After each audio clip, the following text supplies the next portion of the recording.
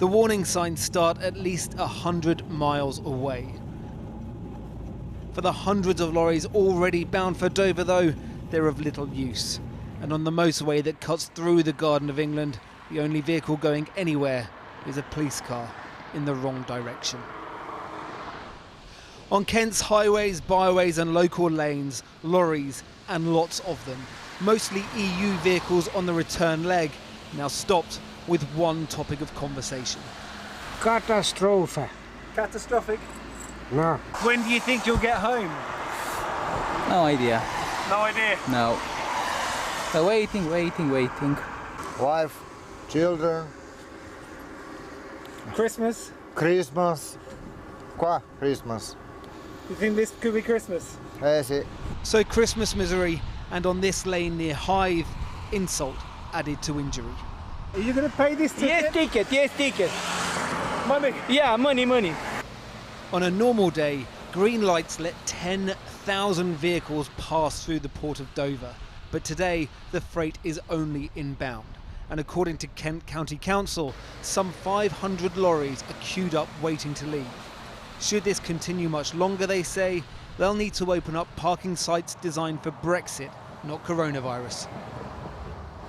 As it builds, we would look then as whether we need to use some of the planning that we've already got in place for post end of transition. So we've got Manston Airport, for example, which can hold 4,000 lorries. God, if you were a betting man, if you had to put some money on when this will be finished, are we still going to be getting pictures of lorries parked up on the side of motorways in 3 days' time? It would be odds on, because we are prepared for that. And if this does continue much longer, today Sainsbury's warned they will start to see shortages of salads, cauliflower and broccoli. So you've got United Nations of trucks here. But for UK-based hauliers and the businesses they work for, this is a major blow, because right now they are desperately trying to get goods into Europe before January 1st, when customs rules change, deal or no deal.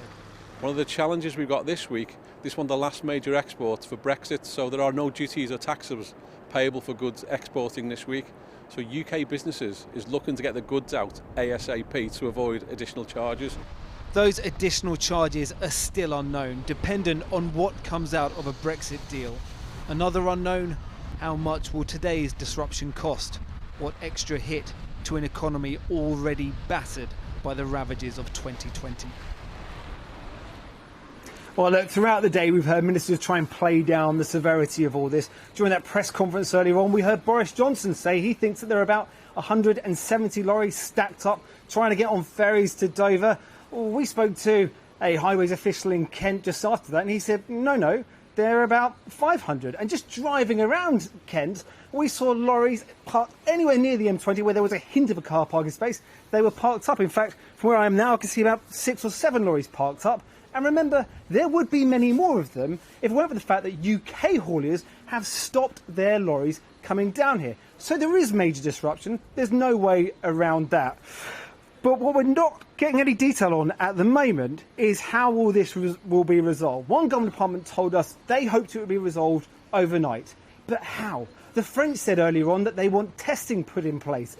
Well, neither the Department of Health or Department of Transport have told us how that testing will be done. Will it be done along the road? Will it be done where lorries are parked up in mass parks? In fact, the only thing we know for definite right now from the Department of Transport is that Manston Airfield, that giant lorry park for 4,000 lorries put in place for Brexit, is now ready and open early.